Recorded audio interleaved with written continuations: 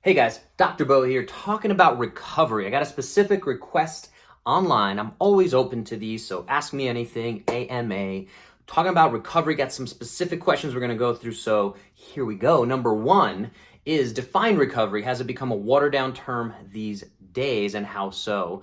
I do think it's become watered down. When you start seeing these massage guns at Costco, it becomes a little bit of here's some really minimal stuff you can do, which I understand, without going too far down the rabbit hole of the fact that we're always, as a society, as a lizard brain people, as humans, we're looking for the quickest solution. Defining recovery, I skipped over that a little bit, is our body's ability to rebuild and hopefully rebuild stronger. So when you do a workout, let's go off of the really basic concept there. Our muscles break down. This is the basic theory of physiology, exercise physiology. Our muscles break down, and then as we grow, or as we rebuild, so if you provide the environment to rebuild and grow stronger, that's how you get a little bit stronger every session of a workout. That's what should be happening if you understand the phases of physiology. You can kind of keep that going for a very, very long time.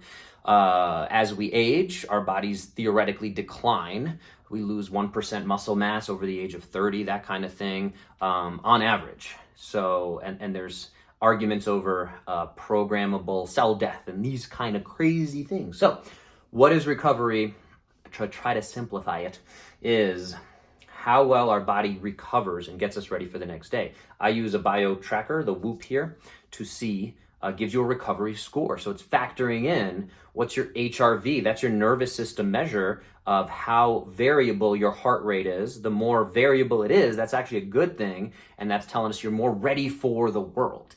So you actually want that to be recovered. If you get beat down, and we've all had times when we feel just completely kind of too much stress, too much pressure, you feel like you can't even get up out of bed, that kind of feeling, that means you're not very well recovered. Other aspects of recovery that the Whoop specifically is tracking: respiratory rate, skin temperature. It looks at your sleep patterns, your sleep cycles. So if you didn't get enough deep sleep, again, could be a sign that you're not going to be as recovered and not as ready for the next day. So it's a bit of an ambiguous term, but I just wanted to throw all that at ya and see what sticks, and we'll go to the next question. Second question is, what are people getting wrong about recovery? And for me, again, I see a lot of people foam rolling, which is part of recovery, and a lot of times the wrong intention is there.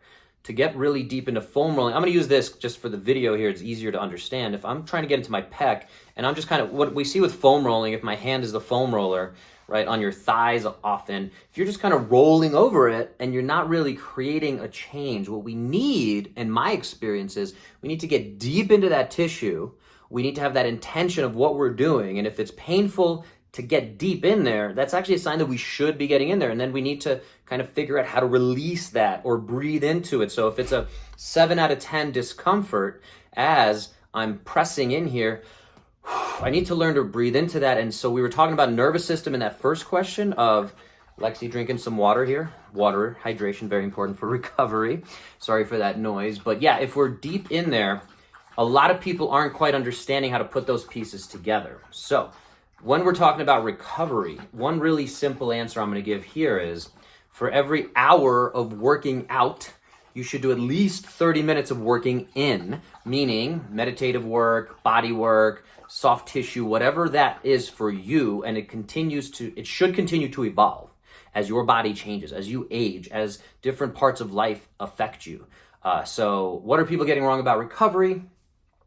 Very often they're trying to find the simplest way to get ready for the next thing. You have some aches and pains in your elbows. You do something to improve that tissue and get you into the next workout, or golf. People playing golf just gets you there. And so what people are getting wrong is they keep chasing the symptoms.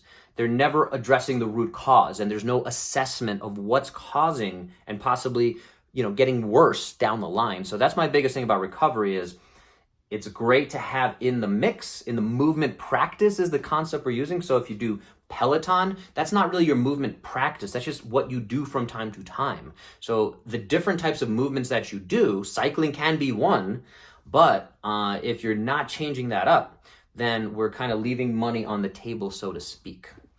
So number 3 question kind of ties into my answer from number 2 is, what are some ways that people are wasting time and effort in the name of recovery? What gadgets, methods, in my opinion, really don't help enhance recovery? What could they be doing instead? So I kind of alluded to it. Again, you should get an assessment from a doctor of physical therapy. Ideally, there's definitely other professions and certifications that are valuable to get or to get an assessment from.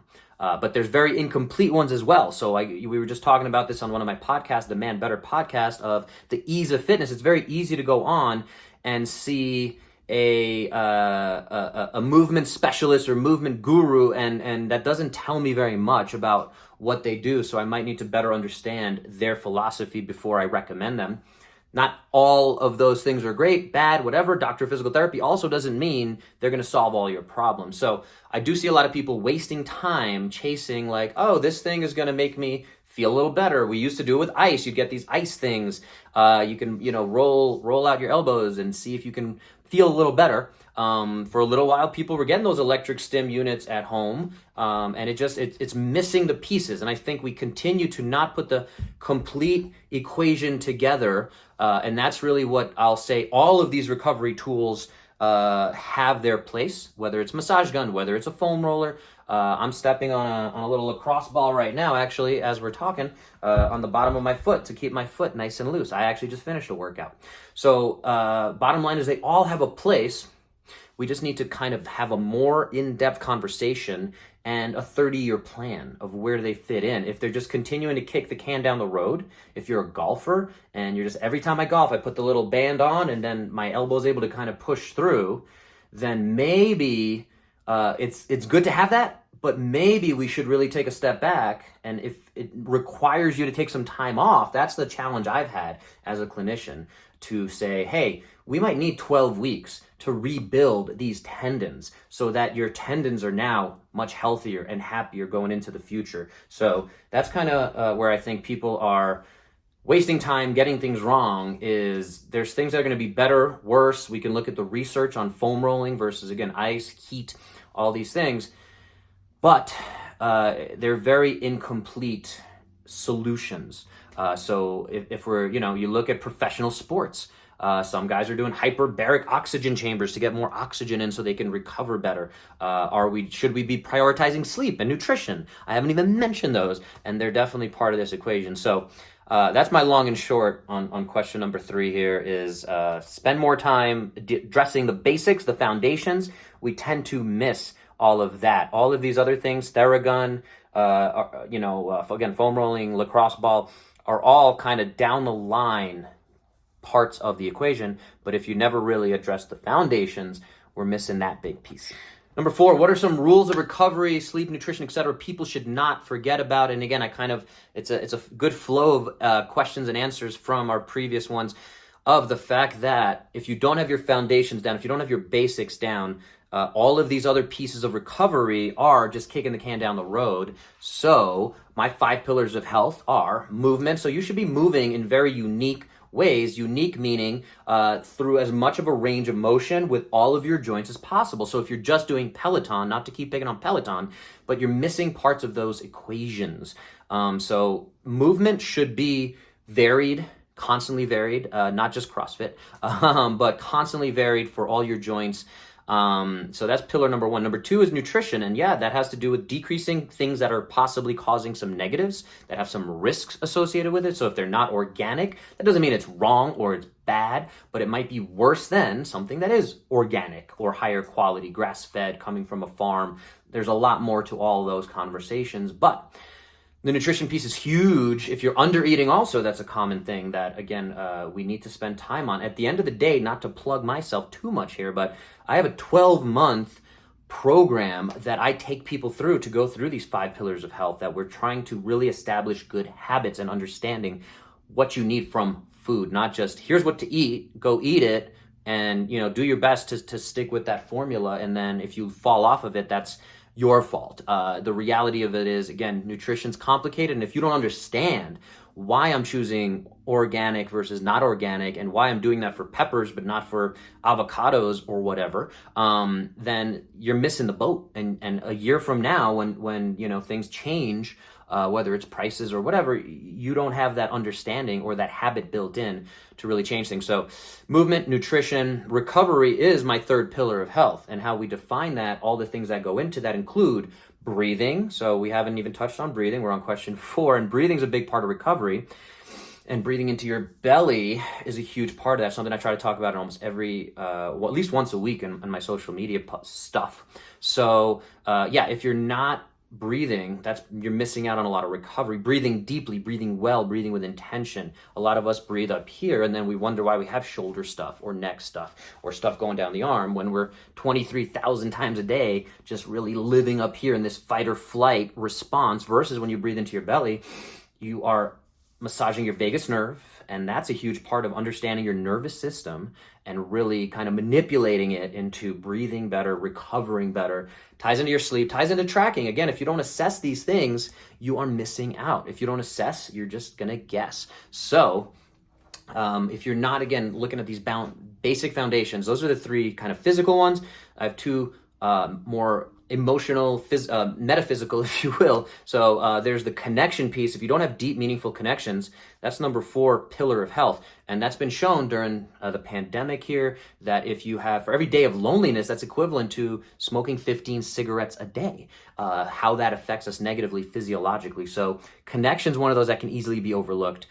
So if you're doing foam rolling and stuff like that and massage gunning, but you're not taking time to connect with friends, family, loved ones, build new relationships, then you're missing out on a huge pillar of health. And my 5th pillar is just mindset, how you're going into things. So again, if you're going in, which a lot of folks are, and it takes a lot for me to say, hey, here's the science. Foam rolling is fine, but it's not going to solve anything. So that mindset piece, there's obviously growth mindset and fixed mindset, if you're familiar with these concepts of just having that kind of blue ocean strategy and the ability to say, oh, like there's many ways I can heal and make my body feel better. And connecting to, I need to lose 20 pounds.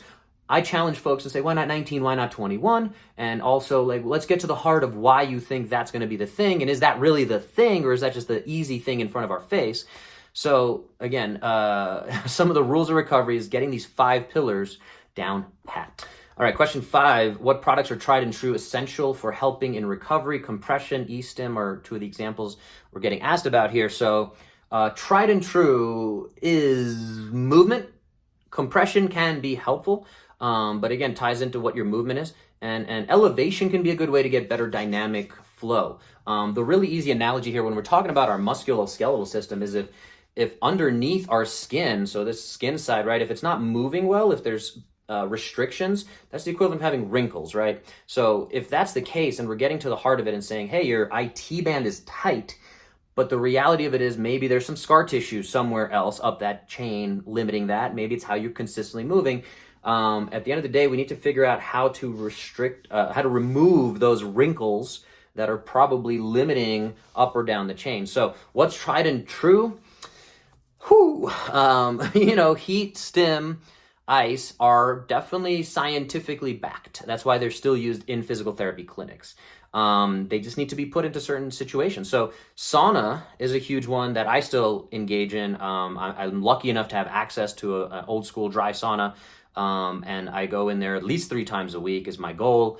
I just went in actually yesterday, I think, or 2 days ago. So it's hot right now outside, so it's not super enticing. But I know sauna is very scientifically backed to help our recovery.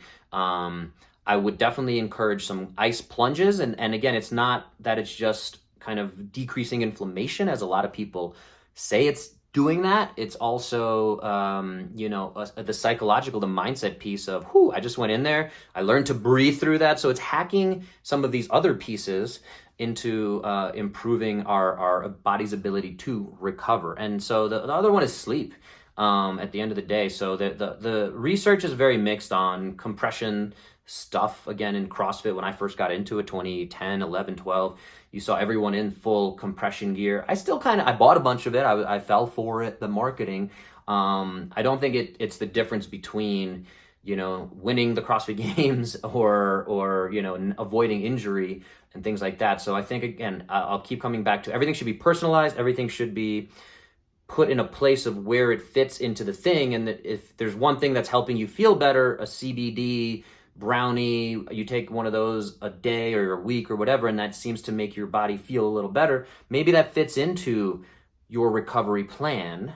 But it comes back to, again, that concept of when we do the math on if you're a triathlete and you're doing 20 hours of training a week, because you're an Ironman, I should say, Iron Woman. 20 hours means you should be doing at least 10 hours, and that's kind of being generous of intentional recovery, whether it's just to get your fluids back, again, dynamic fluids, again, elevation, compression, the boots, if you can get those, if you can get some body work done.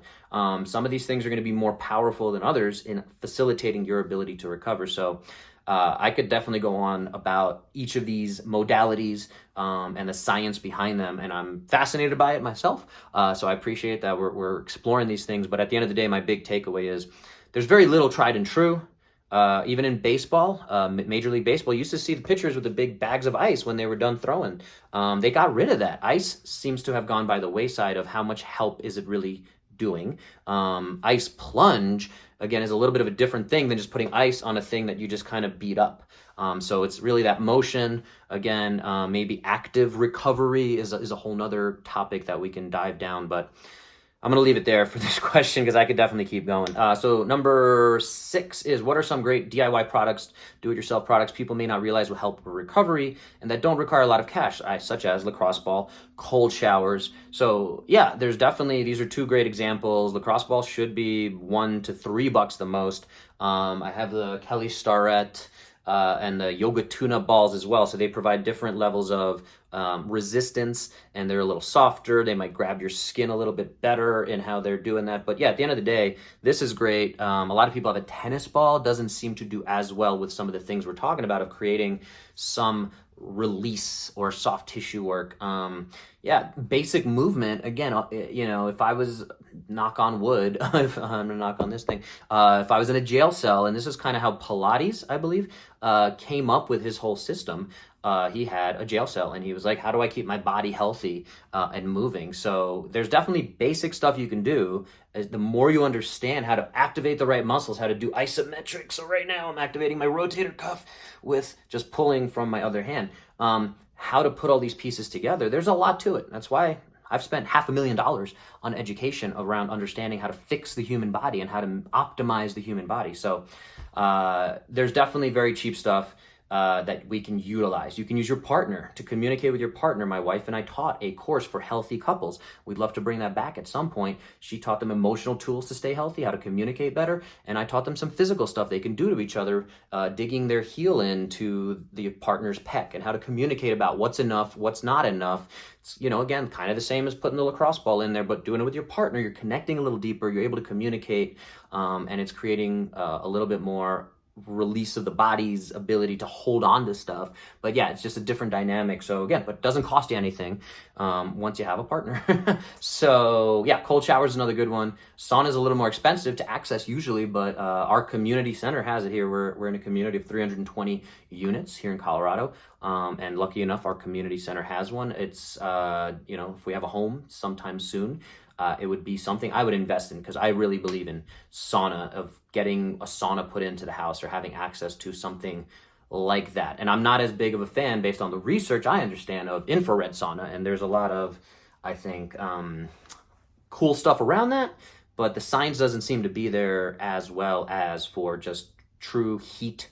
And how that releases human growth hormone, which allows you to recover and sleep deeper. And so when you're sleeping deep enough, in that deep sleep, you release, same thing, human growth hormone, which allows your body to literally rebuild those building blocks. One thing I'm somehow missed, and it's not the cheap one, it's not for this question, it's going back to a few of the other questions, is we talked about nutrition a little bit, but protein, amino acids, collagen, when we go into these, if you're not getting ample quantities of that, especially if you're trying to build muscle, there's basic minimums that we should be looking for to avoid or reverse aging, the concept of, losing 1% of muscle mass. So if we're not getting enough protein, and I can do another video on that, but the really simple concept there is 7.7 to how much grams of protein per pound of body weight. So if you weigh 200 pounds, you need 0.7 grams, which is going to be 140 total grams for the day, which is a decent amount. That's going to be kind of where you want to optimize your recovery. And if you're below that, and a lot of people I've worked with tend to be below 100 grams. So even a female who's 150 pounds, she should be getting about 105 grams of protein, really quick math. So again, a lot of females I've specifically worked with, they tend not to eat as much. So they might be down at 70 grams of protein when they should be at 105. And then we get them up into that range, and lo and behold, we see time and time again, folks feel better, recovered, less soreness. These are all kind of ways we can connect those dots. So a lot to that. Again, I appreciate digging in on all this. So last question we're going to do today, there's the anything I missed, number 8, but number 7 is how much time does the average person need to invest in daily recovery? Is more necessarily better? So 2 separate questions. How much time, we kind of talked on that, is for every hour of working out you're doing. And so depending on how physically demanding your job is, those are things that we can say, if you're doing a relatively physical job for 8 hours, or, if you're doing stuff to kind of ruin your body, aka it's not very physical, but you're in bad positions, you're in, sitting at a computer or even on these Zoom calls all the time, that might be doing some damage. So we can figure out calculations for every 8 hours of that, or maybe for every hour of that. I want at least 1 or 2 minutes where you're like, oh, let me stretch out, let me do something there. So just 60 seconds maybe on the top of each hour. That constant motion is possibly one of the best things you could be doing. So when we're talking about the average person, it really depends on the needs. Again, that's why I really like to assess what's going on. So if I do a little bit of jogging, 40 minutes of jogging, let's say, I want to be able to recover from that. So I might need at least 20 minutes of rolling out my calves, doing some kind of stretches on the IT band, again, keeping my body opening up. So how much is more necessarily better? That's the second part of that question. Is absolutely not. It's more about the right thing. So if you're sitting on a foam roller and again, you're not really doing anything, or if you're using the massage gun, the Theragun, and again, it's not really doing anything, there's definitely some things I prioritize, like lacrosse ball on the bottom of the foot is something vital to keeping your body healthy. I love a good candlestick roll, and these are things that need to be developed. So for my own ability to recover, I definitely want to make sure I'm putting my body through these unique positions, whether it's a little bit of a pec stretch here, ooh-wee, and that's all sorts of good stuff down the arm. We might need to be loosening up that pec. So again, lacrosse ball to the pec, little things like that. So I have a relatively small recovery dedicated practice. I do these bow flows where I do 6 minutes and go through maybe some different movements, 45 seconds per movement. You should be able to see those on my channel wherever you're watching this. And then it's really about, maybe you only need 6 minutes of that at the beginning of your day, at the end of your day. And at the end of the day, literally figuring this out is if we're not, again, assessing how well our body's recovering and we're just continuing to decline. That's why one of my sayings is get 1% better every day. So just working out does not get you better. It's really the recovery after that of allowing your muscles to rebuild so that eventually you're creating the right stimulus. And then the recovery, again, if we have enough of a recovery window, and we can put that into the concept of over a year, we can do a lot of really powerful, good things to get you moving in the right direction. So hopefully all this was helpful. Decent amount of time. So if you guys stuck around up to question 7, 8 here, let me know. I dove into little things here and there that I definitely would love to go deeper on. So if you have more questions, I touch on a lot of these things on my podcast, Bo Knows Health. And then a lot of these as well in Demand Better podcast with my partner in New York City, David Corona. And we're usually joined by our special guest, Faraz Javed. So if you guys have any other questions, don't hesitate to contact me. And looking forward to seeing this in print. And we'll talk to you guys next time. See ya.